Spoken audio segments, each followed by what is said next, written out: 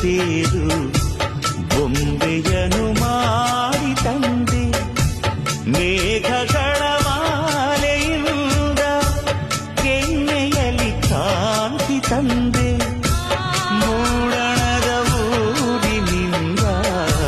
ಹೂವುಗಳ ಸಾಲು ಬರೆದೆ ಇಬ್ಬನಿಯ ಬಸಿದು ನಾನು